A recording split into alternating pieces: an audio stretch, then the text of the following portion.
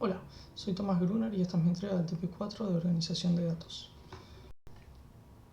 Para empezar, un espectrograma de masas es una técnica de análisis que nos permite determinar la distribución de las moléculas de una sustancia en función de su masa, como podemos ver de la descripción de Wikipedia.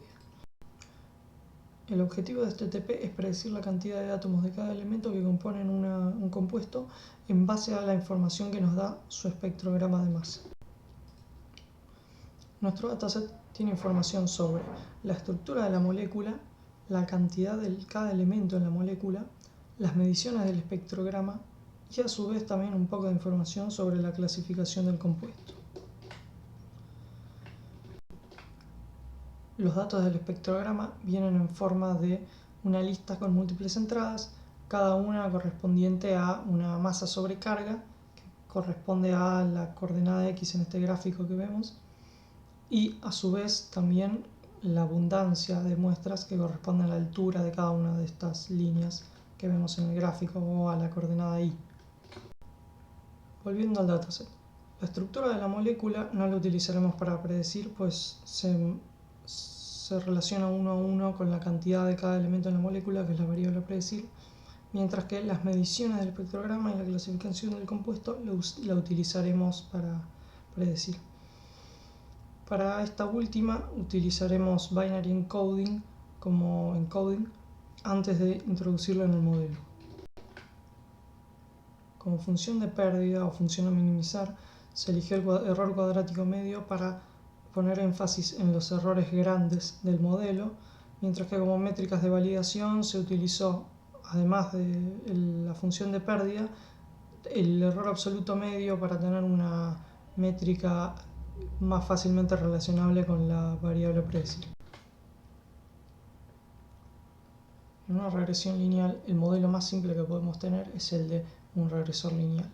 En este caso, como tenemos múltiples salidas, necesitamos uno por cada elemento a predecir. Por esa razón se utilizó una red neuronal de una única capa, y como la variable a predecir es en forma de cantidades, se utilizó la función ReLU, que va de 0 hasta más infinito. Como entrada, nuestro baseline recibe la información de clasificación del compuesto junto con datos estadísticos tomados de las muestras del espectrograma. En este caso utilizamos el largo, la media y varianza de la masa sobre la carga y abundance de nuestro espectrograma. Los resultados del baseline fueron un error cuadrático medio de 131 y un error absoluto medio de 2. En el gráfico de la derecha puede verse el promedio del error absoluto sobre cada elemento. En el caso del carbono, el elemento más común en los compuestos y en alta cantidad, puede verse que es el más grande de los 8. En el caso de los menos comunes y en menor cantidad, el sulfuro, el flúor, el cloro y el silicio, prácticamente no puede verse el error debido a esto. Luego del baseline se probó con una red convolucional simple. Como única entrada, recibe una cantidad fija de datos de las mediciones utilizando padding en el caso de que sean más cortas o recortándolas en el caso de ser más largas al contar el 95 de los largos. Las muestras fueron ordenadas previamente descendientemente por abundancia. La red neuronal en sí consiste en una única capa de convolución junto con una única capa de max pooling. Para obtener la salida se predice nuevamente con una capa densa de 8 neuronas. Los resultados de nuestro primer modelo mejoran el baseline obteniendo un error cuadrático medio de 21 y un error absoluto medio de 1,8.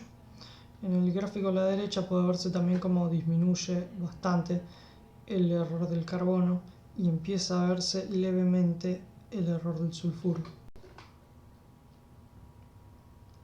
Como segundo modelo se utilizó una extensión del modelo 1 que incluye modificaciones para incluir en la entrada los datos de clasificación del compuesto, haciéndolo un modelo no secuencial. Además, se expandieron las capas de convolución y de pooling y se agregó una capa densa anterior a los regresores que realizan la predicción final.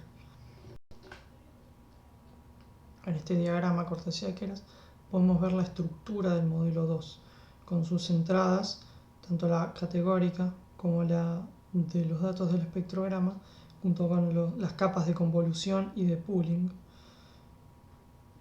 además de las dos capas densas, siendo la última la que realiza la predicción.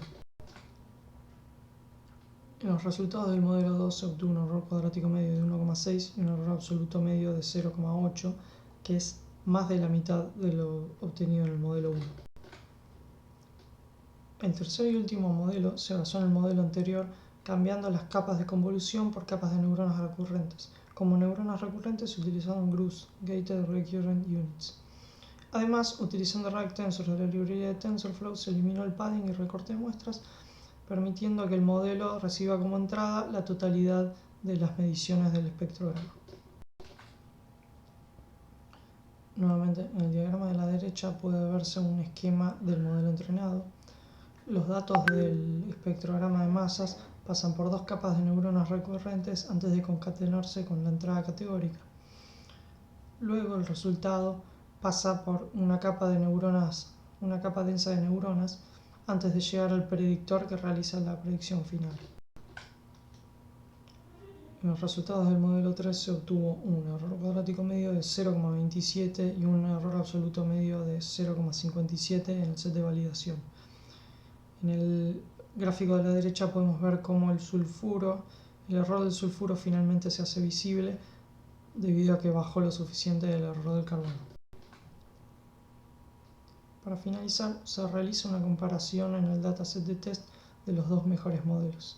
El modelo 2 de redes convolucionales y el modelo 3 con redes recurrentes.